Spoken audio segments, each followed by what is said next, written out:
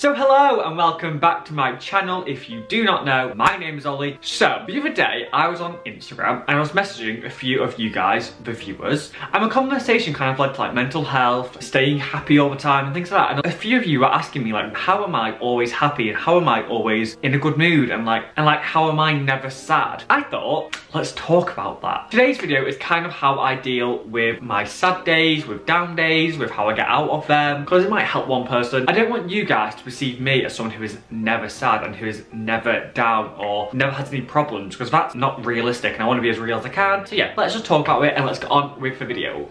I think with me, I have definitely gone through my phases of very, very sad times, but I think I've learned the ways I can deal with it and things that work for me to pull me out of that funk. And literally sometimes that funk is a day, a weekend, or sometimes it literally goes on for like 3 weeks. It really feels like, this is my life now, this is how I'm gonna live. But that's never the case, you'll always get to another side. I learned like years ago that emotions are a roller coaster. You are gonna be up and you are gonna be down, and whenever you're down, you're just like, okay, well, I know there's going to be an up. And when you're up, when you try and stay up, you don't look for the down, you try and avoid a down. But when you are down though, you know you're gonna go up again because that's just how life is. For me, if I am honest, I don't get sad that often. I think that's only because, well actually, the steps that I'm about to say is why I don't get sad. But that's not to say that I don't get sad, and that's not to say that my life is perfect, because no one's life is perfect. No matter if you're looking at Beyonce, Charli D'Amelio, or Saffron Barker. I'm just trying to think of people who are on the internet really. Everyone gets sad days. No matter who you are, what your job is, what you're doing, where you live, who you're dating, you will get sad. And that is okay because it's just life. So I'm gonna kind of jump into what I do to when I get sad, because it's not that often, but that's only because I've learned what works for me. So if you guys can learn what works for you, whether you try some of these steps or whether you completely go rogue and just try out stuff to try and see what makes you happier, go for it, because you never know what works and what doesn't work until you've tried it. I'm gonna jump into the steps now of what I do. So I went through like a 3-day period recently of just being really sad, and the only reason that I can actually think of why I was sad is because one, this is gonna sound stupid to people, but one, I'm Pisces. My emotions, they're always present. It was a Pisces full moon, and a Pisces full moon with a Pisces, it literally brings out all it brought out a lot of sadness to me, and I think that's the reason why I was so sad, because I had no reason to be sad, like no reason whatsoever. So I'm gonna go with that's what it was. So that's the last time I was sad, really, but it was like Friday, Saturday and Sunday, I was just wiped out. Like I remember I didn't get dressed, I was like in bed most of the day. So then on the Sunday actually is when I was like, look, this isn't me, this is disgusting, I don't enjoy this, I don't want to live like this. Like yeah, I do feel sad, there's no reason for it, so I'm going to change that, and this is what I did. Rule number 1 is what I did: take it easy. Don't put too much on yourself, don't put pressure on yourself. Like take it easy. If that means sitting on the sofa and chilling, if that means cancelling plans, do that. Like just take it easy and take yourself with it. Like don't put too much on yourself. If you're not in a great place or just sad or anything, take it easy. The second thing which I did was I had a pamper. So I got in the shower, I scrubbed my skin with like the exfoliator to get like rid of fake tan and just like freshen up my skin. Then I did my skincare, then I did a face mask, then I did my brows, and then I just felt cleaner on the outside, and like I felt fresher. And then whenever I feel fresher on the outside and clean on the outside, I always feel better on the inside. Have a pamper, treat yourself. The next one is put your phone away and your electronics. Like if you're just mindlessly scrolling, put it away, because it is numbing your brain. Like don't just scroll through Twitter or Instagram, because it doesn't make you feel better if you're sad. I feel like social media when you're sad is like the worst thing. I don't know why, I love social media, but when I'm sad I try and stay away from it. Social media, put your phone away, have a break from it. You don't need it, like you just don't need it when you're sad. The next one, which I did on the Sunday, I literally was planning to go around the block, but I went for literally like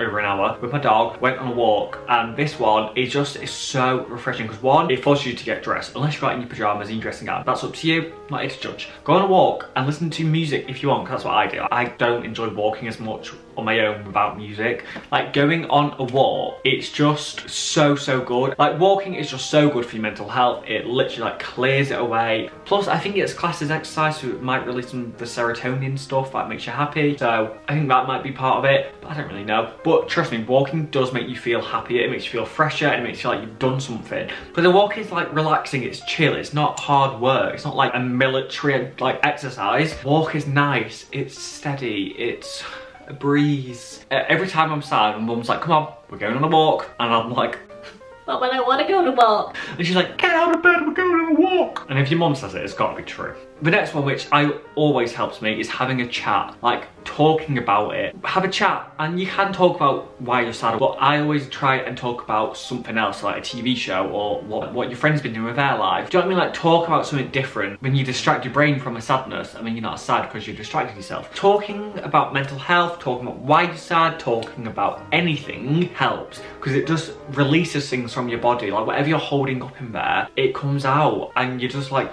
oh. Have a chat. Chatting helps, trust me.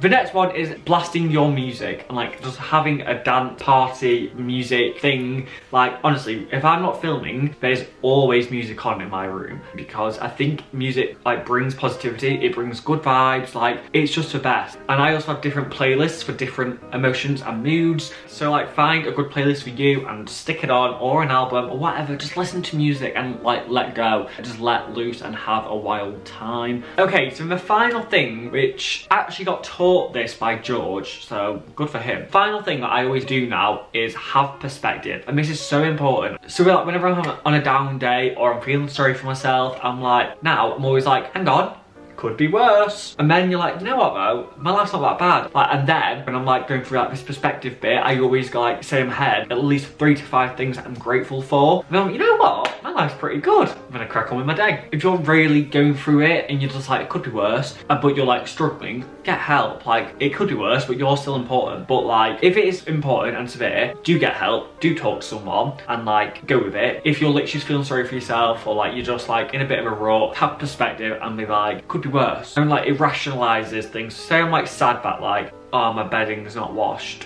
What a random example.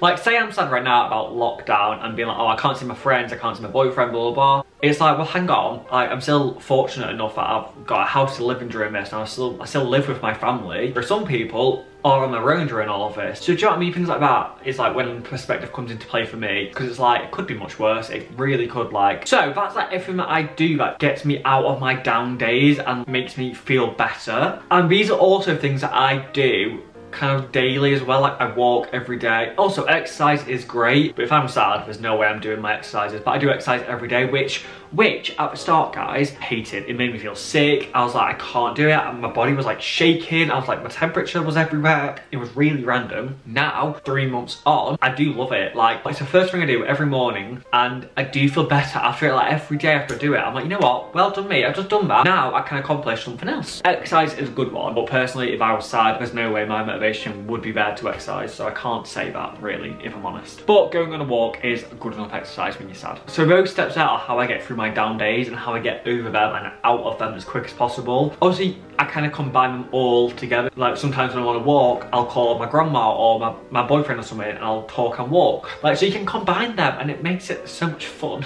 So guys, I hope that helped you, and I hope you can take something away and like try something if you haven't done that already. Because like, down days are the worst. Like, we just are. Like, you just like, I'm always on a roll, and then one just hits me, and I'm like, really? Like, you weren't invited to this party. Get out. Like, I'm on a roll. Do you know what I mean?